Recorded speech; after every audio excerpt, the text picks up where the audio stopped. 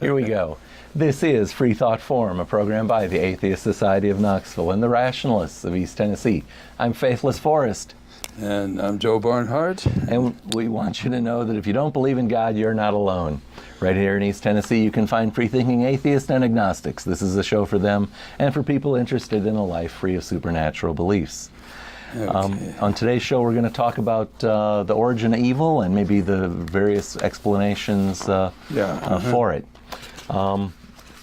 But before we do that, we want to tell you about the show's sponsors. The Atheist Society of Knoxville is a fun group that has meetups once or twice a week, often at a bar or eatery. The next meetup will be on Tuesday at, oh goodness, I can't remember what the name of the place is called now, and my print is so bad I can't read it. Go to the website, knoxvilleatheist.org, and look for times and locations. The Rationalists of East Tennessee has regular monthly meetups where we have lively discussions about issues both topical and timeless. And the Black Horse Pub, I guess, is where the Atheist Society of Knoxville meets. All right, luckily I have help in the studio to remind me of that. All right, I think we've mentioned the sponsors at this point. I didn't bring anything for in the news other than some people have been posting about how, there was one of these end of the world predictions for April 23rd that has come and gone. Yeah. It's April 25th, and if you're watching this, you haven't been raptured. Yeah, I had a lot of those when I was in high school. Meaning that there was a common thing that they were... It's during the war period. You had a lot more of this sort of thing. Interesting. Predictions, yeah. So when I was young, I wasn't hearing these things all the time, and in fact, I think it was only after coming to Tennessee I started hearing about them. Yeah. But I think it's really kind of like post 9/11 that I've been hearing about these these things. Well, I take it back. There was that group of people who killed themselves right around the Y2K change. There was that comet that happened, Hale-Bopp, and their leaders convinced them that, that was a spaceship and they were going to be going to heaven if they killed themselves. Yeah. What mindlessness. I looked for an explanation behind this recent prediction, and the articles I read weren't real clear, other than someone was interpreting biblical passages to imply that Jupiter was going to be in the constellation Libra, which it is right now. And I forget if they had, tied in Saturn and or Venus with that, but I'm like, Jupiter is in the constellation of Libra every 12 years. It goes around the sun in about 12 years. So this stuff's happening all the time. And it was kind of preposterous that they could make a hoopla about it. But I can't help but think that someone was making money off of it. At least trying to. There we go, trying to make money. So why don't we move on to today's topic, which is, why is there evil? There's this famous saying by, is it Lucretius? Is that how it's pronounced? If God is good, if God is powerful, he could stop evil. If God is good, he would want to stop evil. But since there's evil, then either, God is not good, God is not all powerful, and if that's the case, why call him God? Well, that is in theology that is called the problem of evil, All which right. includes the problem of suffering, tornadoes and floods and things of that sort. And So tornadoes and floods are things due to natural causes. yeah, but if you have in theology, if you have a God in control of nature, that still is a question of the problem of evil and suffering. Uh-huh. That And then there's another kind, though, of evil, and that's where humans, inflict pain and suffering on one another. other people. Yeah, I got a book here called Hitler and Stalin. Hitler and Stalin, all right.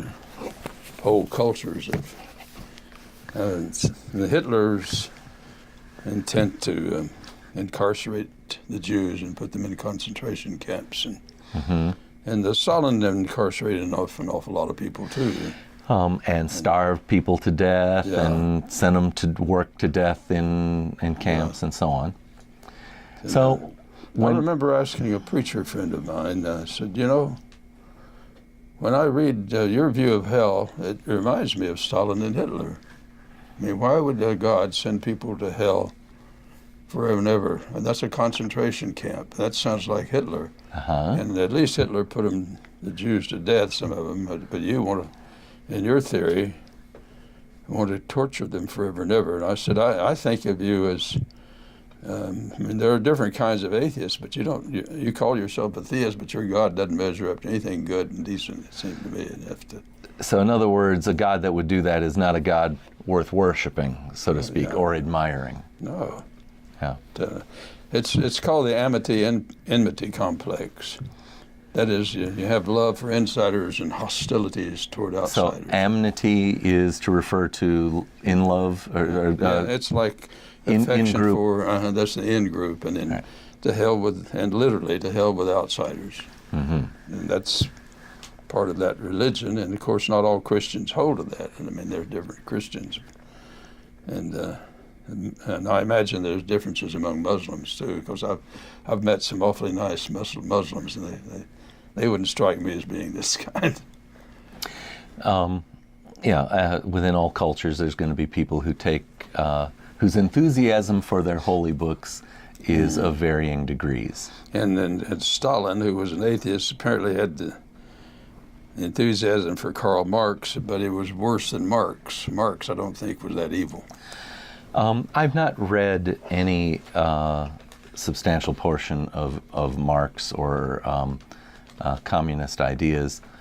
I took a course of it up at Harvard and taught by somebody they had brought in from Princeton. Who'd written a book, Philosophy and Myth, and Karl Marx. And Marx had an idea of trying to have a better world, but he developed so much violence in his outlook. And when you say Marx did, I think what little I know, they talk about a characteristic of there being, let's say, a revolution to replace the capitalist ownership system. Now, does the word revolution imply violence, or could it be merely a successful strike where essentially the workers say, we're not working for you anymore, and they take over the means of production, and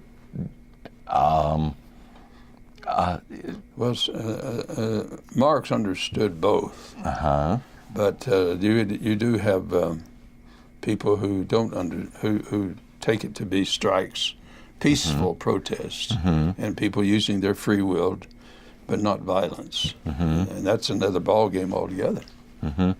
So, I guess where I was going with that also is that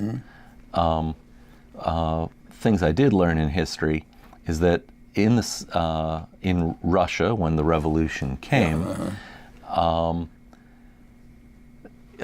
principal leader of that was, I think his name was Vladimir Ilyich, who went by the name of Lenin. And that, in a sense, he recognized that the situation that they had in Russia didn't conform to the conditions that Marx had described for a communist revolution, meaning there was not already an industrialized state in Russia. Russia was largely agrarian. Right. And so the thing that was explained to us is that there was a philosophy he developed called Leninism, which was, in a sense, his description of how to transform the agrarian society of Russia into a communist, into an industrialized communist society. In other words, he was, so to speak, addressing a problem that Marx didn't anticipate. Right. If the two of them were in the same room and I could ask them questions, I would say to Marx, had you ever thought that communism could arise in an agrarian society? And I assume he would answer, no, he hadn't foreseen that possibility. I think you're right. In many ways, Marx was a kind of a psychologist also.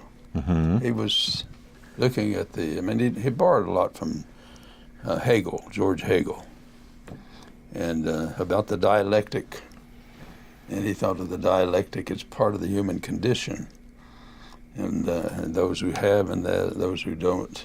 So this thing called dialectic has been, I will say, explained to me, but I can also say that I've never understood it because I can't explain it back to someone. Well, it's like the Bible. It's been interpreted in a variety of ways. But it's mainly that the culture develops various extremes, and then they have to somehow come to terms with each other. And sometimes that creates friction. So the in dialectic is implying there's at least two factions? Two, yeah. Okay. And then that can be a creative thing, or it can be a destructive, depends on how you interpret it. Well, where I was going with that is I was going to say that, what I learned in the history class is that Lenin had let's say that Lenin and the people who instituted the communist revolution in Russia were hoping to improve the lives of the peasant agrarian people and, in a sense, drag them into modernity and the benefits of modernity, which is, among other things, industrialization. So their intent was to benefit people. Yeah, that was their intention. Yeah. That's a good point. Sometimes we have to realize we can do enormous amount of good with good intentions, or we can do enormous amount of harm.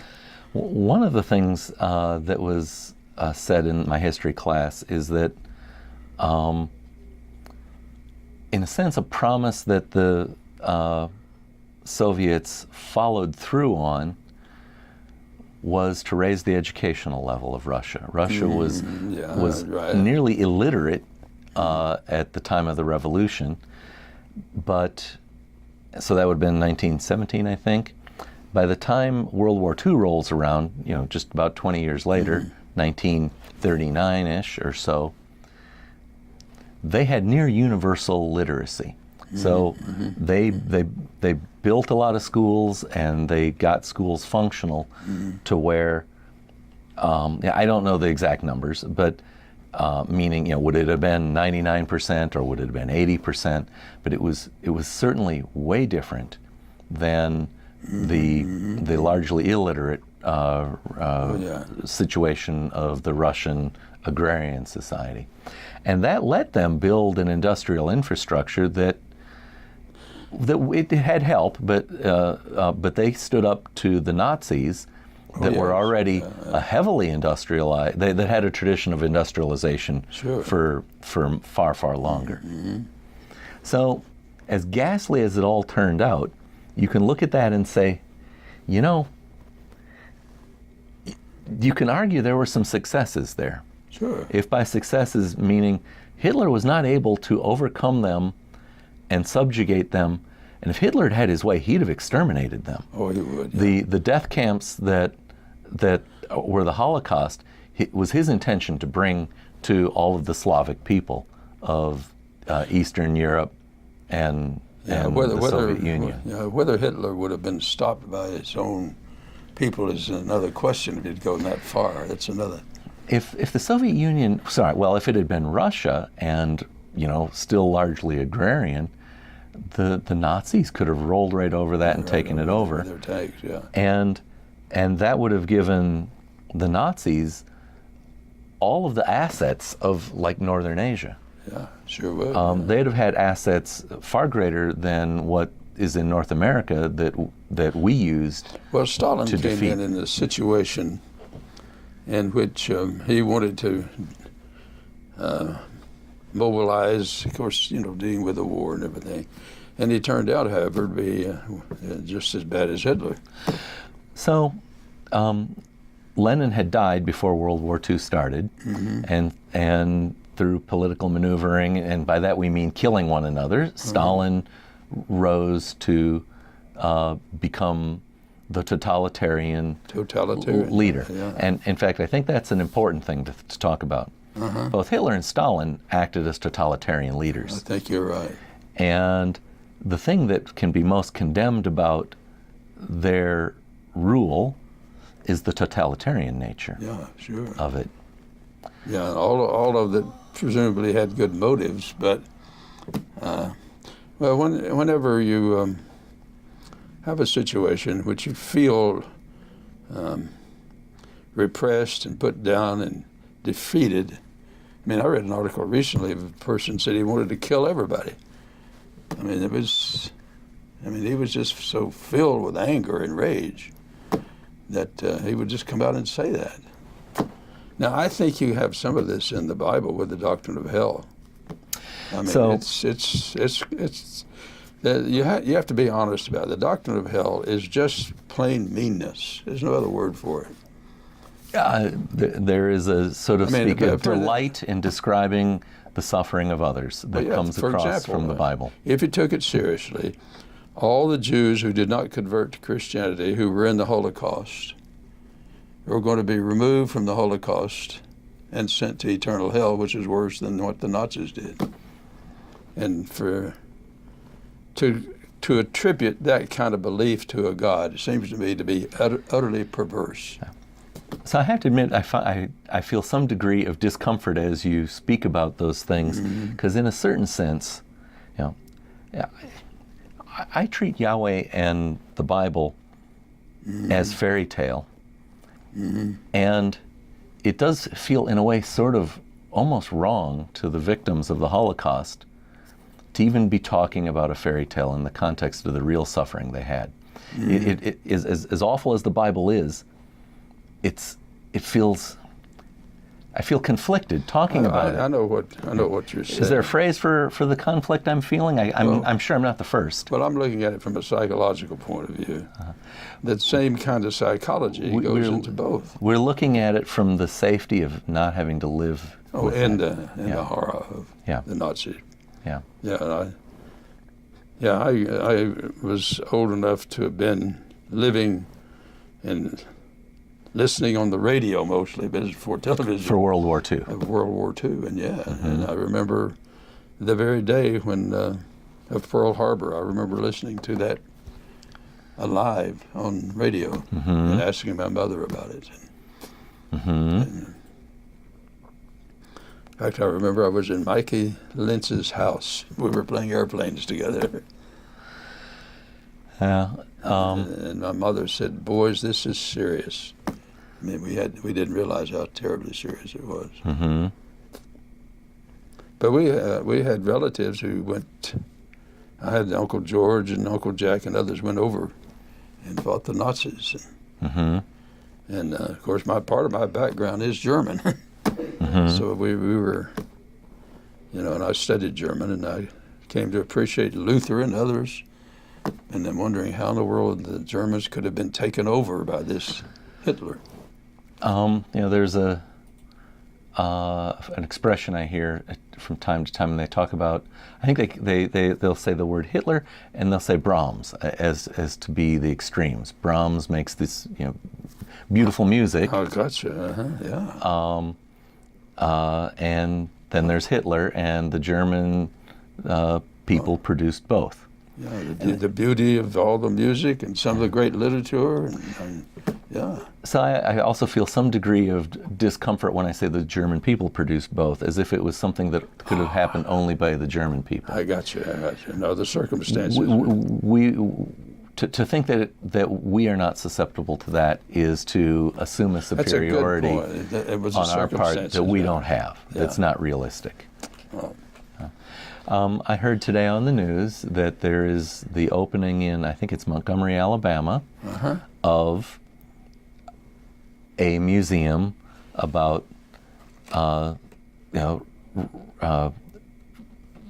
lynching in America. And in a sense, that is our Holocaust. Well, I shouldn't say our, it is one of our Holocausts. I think they had a number of something on the order of 4,000 persons that were lynched somewhere between the end of the Civil War and the beginning of the Civil Rights Movement. I think we're being told that there is a call. Am I correct? Is there a call? Let's see if we have a call. Go ahead. Caller, this is Freethought Forum. Please give us a name or a nickname. My name is Joe.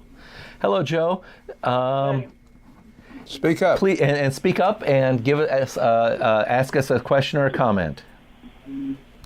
Okay, am I on the air right now? Yeah, you are. Go ahead. Yes. Okay, I got a question. Why is there evil? Why is there evil? It's a good question. Tell you what, why don't you give us an answer? Joe will give you an answer. I'll give you an answer. My answer is going to come from the Bible, and you're atheist, so I want to know if you know the answer. True, but I'll tell you what I think. So, but Go do ahead. you know what evil is? We would like you to share your idea with the viewer as well. But I'll go first if you want. Okay, go ahead. So, I recognize that I can feel pain, and I'm going to use the word suffering. I recognize that I can suffer. I recognize that other people can suffer as well because they tell me that they can feel pain, and I can observe it. And I also recognize that animals can suffer as well. And I think suffering is bad. I recognize that I don't want to suffer, and therefore I can understand why that Joe and other human beings don't want to suffer, and that animals don't want to suffer. And now I'll go further, and I'll say that I also know that certain kinds of suffering are inevitable in the world. There are carnivores that must kill other animals to eat and live.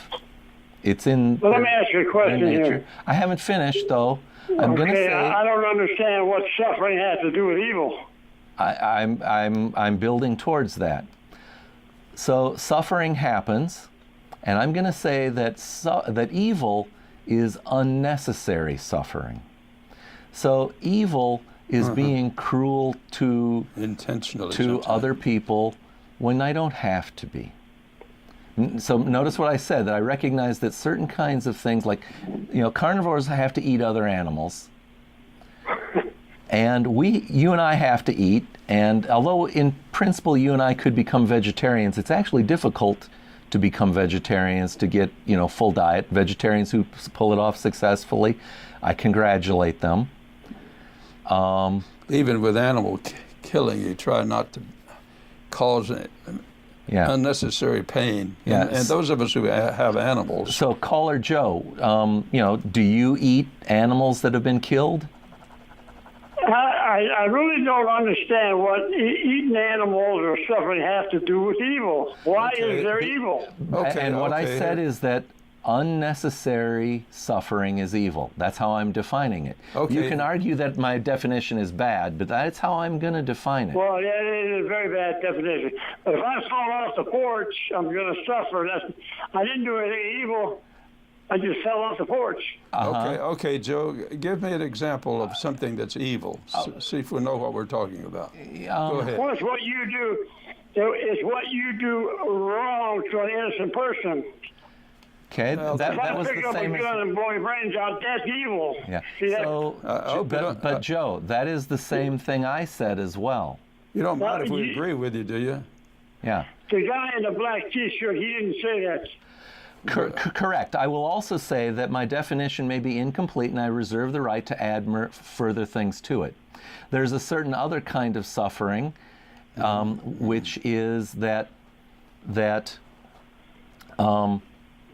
intentionally causing pain is evil. I think I did try to describe that. I was trying to get that with respect to when we kill animals to eat them, we sort of owe it to them not to do so in a cruel fashion. That's why that's where I was going when I asked you if you eat meat. I was then going to ask if if you harbor some degree of guilt over eating meat, and maybe you might choose to, I buy the eggs that are from the free-range chickens, so that they're not chickens that grow up in a box.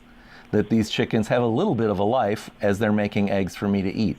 So when I buy eggs, my morality tells me I'm going to buy the eggs laid by free-range chickens. You don't think animals are a food source? I didn't say that I didn't think they were. I'm asking you, do you think animals are a food source? Yes, I eat animals. Okay, so do I, but you're all over the place. Yeah, I'm not trying to be a smart aleck, but you know what job you need to seek? You need to, and I'm not trying to be funny neither, you need to seek a job in our government. How's that relevant? The reason why I say that. How's that relevant to whether or not when I choose to buy eggs, I buy eggs from the chickens that are going to have a better life? Because I'm trying to make for a little bit better life where I make in the choices that are presented me every day. I'm a meat cutter. I worked for a meat cutter for like 35 years, and I worked on the kill floor. So what do you think about me? I kill cattle, pigs, lamb. And I think that would be a difficult thing for me to do, partially, and I realize I've grown up in an area where I get my meat from a grocery store. I have never, with my own hands, killed a mammal that I have eaten. Now, I've killed fish. I've pulled fish out of the water, so I'm directly responsible. You just haven't been hungry enough. I understand that. That's precisely where I'm going with that. Now, Joe, I have a question. It takes you too long to get there, man. What's your name? I'm Faithless Forrest to viewers here. Now, Joe, I didn't hear you. What's your name? Call me Faithless Forrest because I'm Forrest. Faithless Forrest. You need to shorten your answers and you get to the point. My answers, I'm trying to make a qualified statement here, and I think that it's possible to do evil to animals that we can avoid. It's possible to do evil to anything. Right, and I was giving you examples. You're riding this horse too long, man. Jump tracks here. Okay, let's suppose for a moment, Joe, you have a point. What is it now? Yeah, and what's your definition of evil? Well, I only got 1 minute. You're going off the air. No, we have almost 30 minutes left. There's ahead. Half an hour yet. Go ahead. What is evil? Well, I believe in the Bible. I believe that when Lucifer, I believe in the devil, okay? When he chose to do his own will, that's when sin entered in, okay? Okay, let me ask you. That's why he was cast out of heaven, but I'm not here to argue the Bible. I just want you to take a shortcut to why is there evil? Okay. Is it because we're human? Okay, you made your point. Now, here's what I'm suggesting. See what you think. You mentioned the devil. Okay? Now, on your view, if I understand what you're saying, there is a deity, what you call God, who keeps the devil alive for a long, long time now, thousands and millions of years. I told you I didn't want to talk religion because it ain't going to go anywhere. All I want to know is there's always going to be evil because we're human beings. We make mistakes. Well, just a minute. Guy called me up there. Oh, by the way, my name of my program is The Spirit of Truth. Uh-huh. Now, a guy called me up and he said he wants to know about a preacher who had committed adultery, and my answer to that is because he's human, just like everybody else. Uh-huh. So, if I why can't you give me a short answer? What's your short question? I can tell you why the evil is because we make mistakes. We're human. Are you perfect? Okay. Are you perfect?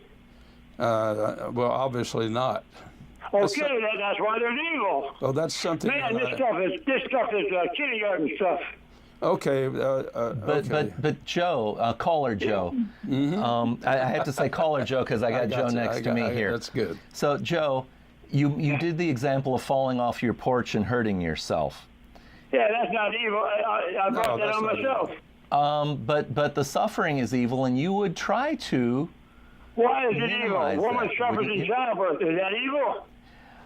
Okay, I see what you're getting at, Joe, and I think I might agree with you. And where I'm going to modify my statement is to say, remember what I said, unnecessary suffering. So we need to do things that can try and head that off. So we put railings around our porches. Okay. What does that have to do with evil? Okay. It's to avoid suffering. Okay. That's why we do these things. Well, now, let me, Joe, see if I'm understanding what you're saying, Joe. Okay, you with me? You're saying, are you going to listen or you want to just talk? Well, am I talking to you? With the Okay, time. now, you asked me a question, didn't you? Yeah, go ahead. Okay. Now, I think I agree with you. I think what I'm trying to say is if someone falls down and hurts himself, that's not evil. Right. If you push me down or if I push you down and just laugh at you, that's evil. That's right. Okay, we understand each other. So you're saying to deliberately try to inflict pain on another person, That's evil. that's evil. See, we're in agreement on that. And I will agree with that as well. And that's why I was going to say I reserve the right to further modify my statements because I knew I was being simple. Now, I would go so far as to say that there's some views, like what Hitler did. He believed he had a reason, but I think his reasons were so bad that what he did was really evil. Absolutely. And I think in traditional theology, they claim the doctrine of hell somehow serves a purpose. But I contend. Wait a minute, I didn't hear you. The doctrines of hell are what? In other words, putting people in hell to suffer forever and ever is evil infliction of pain on people, and it's wicked to do this. And serves a purpose. That was the word that you didn't hear from Joe, that hell serves a purpose. It serves a purpose for Yahweh, does it? Yeah, who benefits from it? Who benefits from hell, caller? This man here with the tie. I didn't hear you. You're a very intelligent man, and I don't understand why you just don't leave religion out of this thing. If you're an atheist, that's fine. You don't believe in God, that's your business. Sure. But you have to find a medium to where you can communicate with people. Just leave religion out of it, and you're going to make a lot of sense. Well, okay. So go ahead. No, we're talking partly for people who do think that religion is important to them. And some people want to share their religion, and that's understandable. Some people want to have a way of trying to impose it on you. And one way to do it is say, if you don't accept our religion, then literally to hell with you. You understand? I don't take that attitude. Okay, then you're not an Orthodox Christian then. Well, don't tell me what I am. See, that's how you get into trouble. You don't know what I am. Here's well, if you don't know I what had you a are. person call me on my program just last week, and they asked me a question, and I was honest with that person. I said, I don't know. He said, well, why don't you know? You're a preacher. And I said, look, there's two things I know for sure.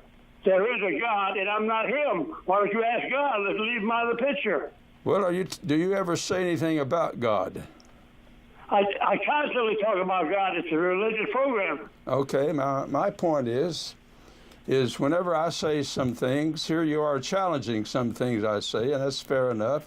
And when you say certain things I disagree with you, I might challenge you, that's all. Oh, that's fine. I just don't like to talk about let me ask you a question. This is serious. Is atheism, is that a religion? I didn't hear what you said. He asked if is atheism a religion? Well, there are many definitions of religion, as you probably know. Okay. Put it this way. You could say atheism can be many things. I don't like the word atheism because it's the word "a" in front of atheism just means non-theism, and I'd rather tell what I am, not what I'm not. And I call myself a humanist naturalist. You understand what I'm saying? Yeah. And now there are Christian humanists, there are Jewish humanists, because we have very similar ethics. But we differ as to whether or not the universe is run by one intelligent being. That's the difference. Now, polytheists hold that there are many supernatural minds more or less running the universe, but most Christians and Jews today are monotheists, just one God, one supernatural mind. Okay? Caller Joe, I would like to answer your question as well. You asked, is atheism a religion? A dictionary definition, I think Merriam-Webster online will tell you that their definition of religion includes a supernatural being, and by being they mean something that has what we would think of as intelligence that you can have some sort of a conversation with or a relationship with. Meaning, I know that this table exists, but I know that I can't have a relationship with this table other than that it holds the piece of paper up and things like that. So, religion, per Merriam-Webster, involves this supernatural intelligence or being or agency. I don't think that exists. That's why I would identify as atheist. So let me ask you another serious question. Do you, your body is an amazing thing. I mean, do you think that just happened? Where do we come from? The answer is my body was built out of cells by other cells, and it didn't, so to speak, just happen, meaning it didn't like pop into existence out of nothing. It was built by cells out of atoms. We see this happening all the time. It's not a mystery how it happens. Did I answer your question? Yeah, you answered my question. A good, short, clear-cut answer. I can understand it real clear. I want to ask you another question. You're probably not going to answer this, but all the time you hear people, let me just ask you, sure. What do you see for the United States in the next 10 years is the way we're going? As far as technology, we do extraordinary things. When you say see for the United States, I often don't think that way. I tend to think a little more globally. Famous deist Thomas Paine said, "The world is my country, and to do good is my religion." I actually tend to think a little like that. What I hope for the world is, and I kind of feel this, is that a growing prosperity, because the modern communication allows us to know and understand people who live around the world in a better way than we've ever had before, and less likely to be able to just blindly demonize one another. So let me take a specific case. Although I don't particularly like Richard Nixon, I'm very willing to say Richard Nixon made the world a better place because only Nixon could go to China. You recognize that answer, only Nixon can go to China? That yeah, phrase? I do. And because we now trade with China, China is a good thing. Has growing prosperity. There's much of China that is in first world nation status. And so China has a strong disincentive for there to ever be World War again. And that's a good Say that again. China is about, what did you say about World War? They have a disincentive to ever engage in World War. Right. The World War of the mid-20th century was a ghastly thing, and China now lives in a kind of prosperity where they know that World War could be bad for them. Yeah, they have enough members in there. And they're a huge chunk of the world population. And if you look at the map, you have China in the east, you have Europe in the west that experienced the horrors of World War II and remembers it. And the place in the world that right now is the most warlike and the most troublesome is the Middle East, or you could almost call that the center. And in a way, they're the minority now. And I feel hopeful for the future that we won't have world wars. I worry that as the people who actually lived through World War II die off, that the living memory going away makes us more vulnerable to it, but I'm hopeful. Yeah. So I hope that in the next 10 years we won't have World War, and I hope that humanity has grown beyond World War. That's my hope. Well, I agree with you on the point here that nobody wants a nuclear war, right? Nobody. Even conventional World War, we don't want that either. Yeah. We're right on that, Joe. Well, listen, I'm using up too much of your time here, man. Well, actually, I thank you for calling in. I'm aware that you do a program as well. And I'll confess that I've thought I should go out of my way and watch your show from time to time, and I have not. That's my bad. I'll try and rectify it. So tell our viewers, when is your show on? Oh, mine, I got a live call in on Wednesday morning at 10 o'clock, then I do a Bible study at 10 o'clock that night. Mm-hmm. But you know what the last topic was? The last what? You think, I'll tell you how crazy the church is getting. Now they're talking about preachers and people carrying guns. Half of them are nuts. They really are. But anyway, what do you think about preachers carrying guns? Did I stun you, man? Yeah, it's hard for me to say this without feeling like I'm being flip, but I'm gonna say it. A lot of people talk about how we have shootings in schools because we've driven God out, but those same people don't say that, well, we'll never have a shooting in a church because we haven't driven God out there, or because God is welcome in church. But of course, there are church shootings as well, and that's a bad thing. Let's be clear about it. That's a bad thing. In fact, I was shot in a church myself. I wasn't going to say that out loud. That's Joe's privilege to talk about. But anyhow, I think what Joe was trying to tell us, two Joes, is that you got good people who are atheists, and you got good people who are Christians, good people who are Jews, and good people who are Muslims. But not all of us are good. Yeah, do you agree? Yes, I do. And I got one more question. Do you think that the United States should more so enforce law? Just a minute. I was talking to a guy the other day, and I asked him this question. If you had one of two choices, would you rather have law or Christianity? He said Christianity, and most people do that go to church, but they don't realize that we can't not exist without law. Every aspect of our life is law. Is that a silly answer? Actually, your answer is similar to something I learned in high school. In high school, I had a class called criminology. And what they emphasized is that people commit crimes, meaning they break laws, because they don't think they're going to get away with it. Most people, if they thought I'm certain to be caught, they wouldn't do things. And there was a point the instructor made that we might actually we might train members of society to be more observant of laws if we made sure that they were caught when they broke laws more often.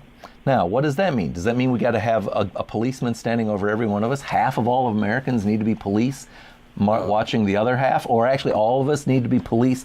I'm police 12 hours of the day and then someone else is watching me the other 12? Or what he really said is, that's impractical. But what might be more practical is actually to expect better enforcement of traffic laws. I think we would all agree, all three of us, it's good to try to help educate our children and ourselves to see the importance of certain laws, that they are to our benefit. For example, if you're playing a game... I believe you. Go ahead. So... If you have a game of football, for example, one of the rules in football is don't throw bricks. And otherwise, if you start throwing bricks, it isn't football anymore. and I don't know what you would call it, but all good games and all fun and all relationships have to have guidelines and rules. All right. So Yeah, you're right, but I believe this. My personal belief is this: that man is he's an evil animal. Yeah, I really believe that. Okay, let me ask you this: Are you a human being yourself? Of course. And you're an evil man, right? Yeah, human nature is basically evil. We're not talking about the 40s now. We're not talking about Mayberry here. We're talking about the United States in 2018. Okay, and people, I don't trust anybody. I don't care who it is. You don't do what? he doesn't I do not trust anybody. Are you married? Yes, sir. You don't trust your wife? To a point. You know, there's two sayings. There's a saying that a good girl is a good girl wherever she is. On the other hand, a good girl is good until she's made a bad girl. Okay. Okay? You would She's not. human. Yeah, she really is. After the honeymoon, I found out she was human. Okay, you would not trust me to be a truck driver, and I can understand that. In other words, you don't trust people for everything. You have to find out what you trust people for. You wouldn't trust me to be a football coach because I don't know enough to be a good football coach. I probably wouldn't trust you to be a philosophy teacher. You probably don't know enough to teach And philosophy. I don't blame you. Go ahead. I don't blame you. Well, what we're saying is all of us have our limitations. Oh, wow, yeah. I've got so many limitations, I don't even know how many there are. And that's why we all have to have rules and guidelines to help us cooperate better. Not to just run our lives, but rather to know what we can predict about other people. For example, I want to predict that when I'm driving down the street that people will stop at the stop sign. And that's what I call faith and trust. See, all the atheists have faith at a stop sign. I don't like to call that faith. I would say that. Go ahead. That I prefer to reserve the word faith for a belief without evidence. But I have evidence that most people observe the traffic laws, at least with respect to the stoplights. Okay. Unfortunately, most people, much fewer observe the rules about signaling their turns. And very few do a good job of, when they make a left turn into another street that has two lanes, of being on the lane that is immediately to the right of the divider, which is the lane you're supposed to turn into. Many of them swing wide into that other lane. Yeah. That bothers me, and so therefore I never drive into that lane, even though I may have the every right to. I just don't trust them to make that left turn reliably. So there's a hierarchy of trust. Yeah, there's blind trust, and I agree. Informed trust. Yes. All right. And I think you should spend a little bit more time explaining exactly what atheism is, because there's a lot of areas. Do you believe in capital punishment? That is not relevant to atheism. Okay, but he's got a good point. He's raising the question is, he wants us to say, if you're an atheist, can you spell out more details? And let me put it this way, atheists, that's why I don't like the word. We got this slide overhead that we should go over. Okay, all the word atheist means is no God. That's all it means. Now, that doesn't tell you whether For real, is that right? Go ahead. So you mean if I say to you, I'm an atheist when it comes to certain areas? Well, like, I'm an atheist, for example, when it comes to God, or I'm an atheist, for example, when it comes to something else. I could be right and wrong, right? Well, it may not be a relevant issue at a time. Let me ask caller Joe a question. We got a slide here to help us. Do you believe in the Egyptian goddess Ma'at? Yes, I don't believe in her. I believe she exists. Oh, you do? Please say that again. I'm sure I didn't understand your answer. I don't believe in this particular goddess, but I believe that this particular goddess at one time did exist. When you say exist, meaning that she literally was the feather of truth, and that people. Now, let me ask you if I understand what you're saying, Joe. Yeah, I'm. Are you saying that there was a God, or rather there were people who believed there was a God? Which one are you saying? You know, I got a real problem with what, are you talking? Are you talking?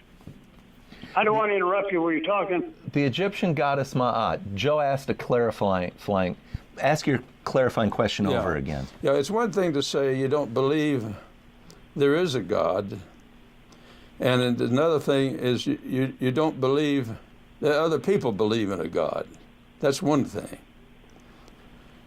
Now, are you saying that people should not believe in a God, or that there are gods? Or well, let's just hear your view. Do you think there is a God or not? Well, I believe there's a God, but there's one thing I can't really grasp, and maybe you can make it a little bit clearer.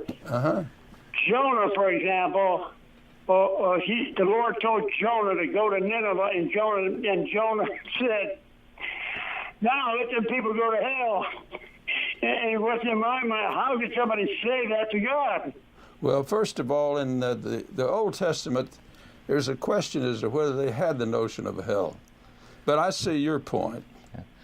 So I feel like we haven't answered this question about what atheism is here.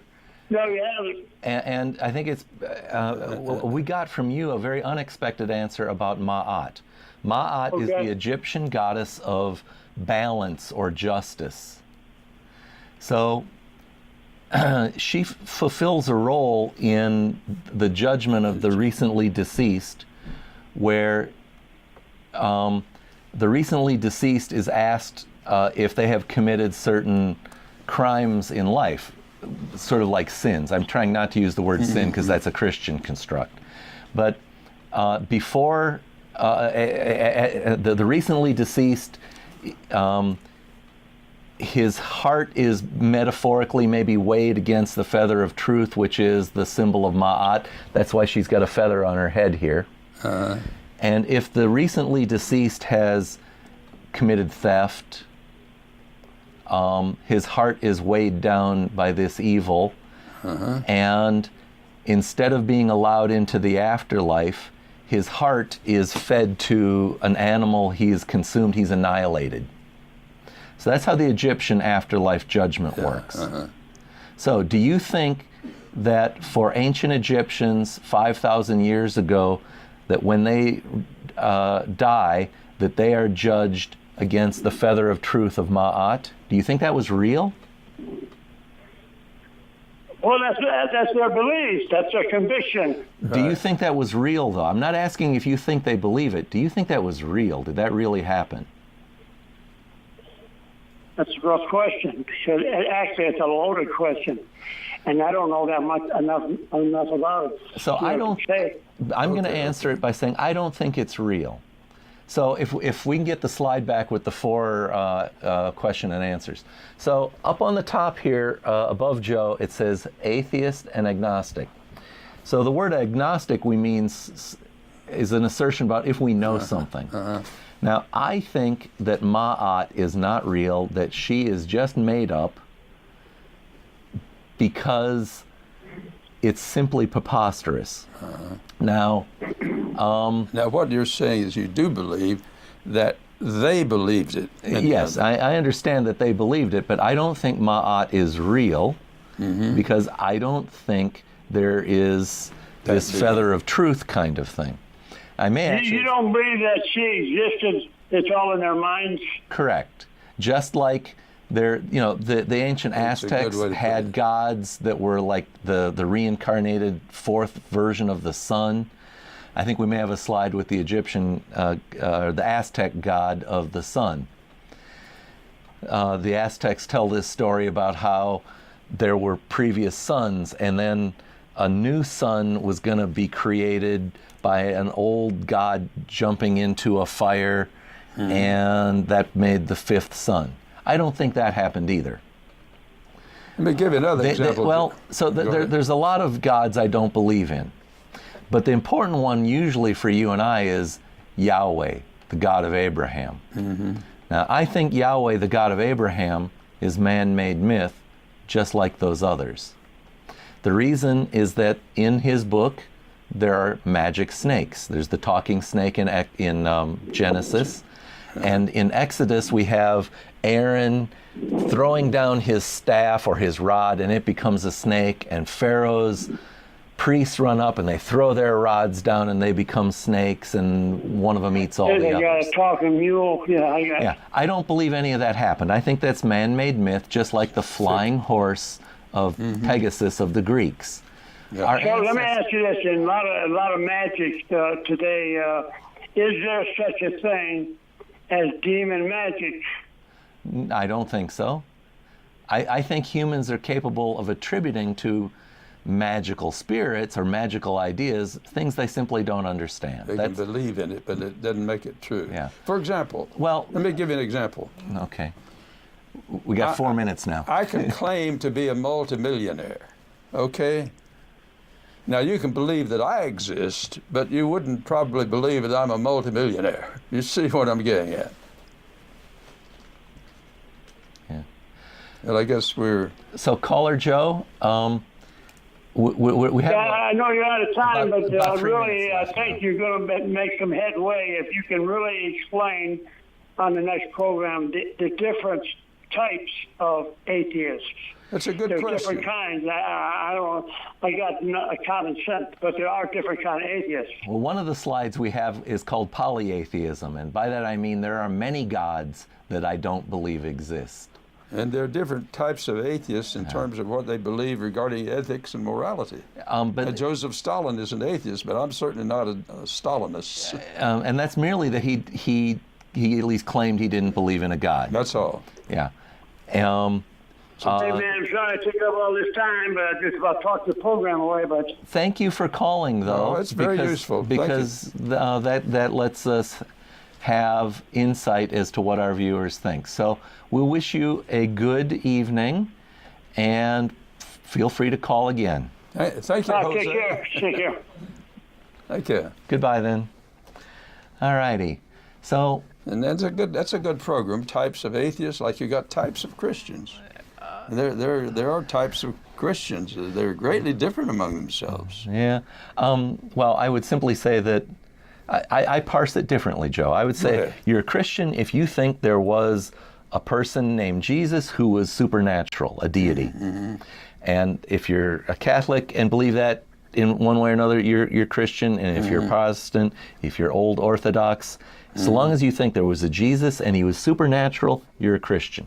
Well, okay. Now, that's a little pushy of me to push that on Christians because they want to define things themselves, but I do need an operating definition for me to work with, and that's the one I use. That's a minimal definition, I think, and I think that's a good starting point. Yeah. Whereas I say that I'm an atheist, that I know of no God to believe in, not a one. I know many humans have invented many kinds, But that's a none good of point, which yeah. I think are other than man-made myth.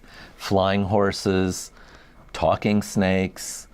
So that's all you really mean by atheism is you don't think there are gods or a God, and A that's supernatural all. Now, that doesn't thing. tell you whether you hold to a humanistic. I have to build a morality independently. Independent. I like that. That's completely an independent activity.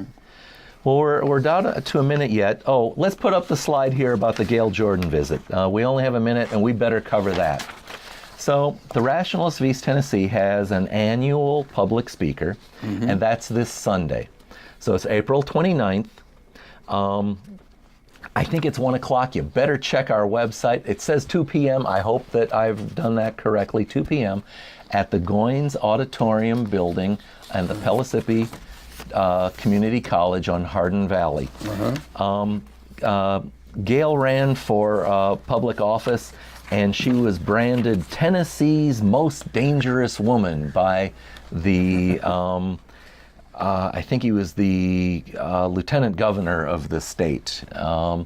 So if you don't believe in God and you are willing to say that out loud when you run for public office, you'll get called names. The most dangerous woman in Tennessee. So he wasn't talking about her driving then.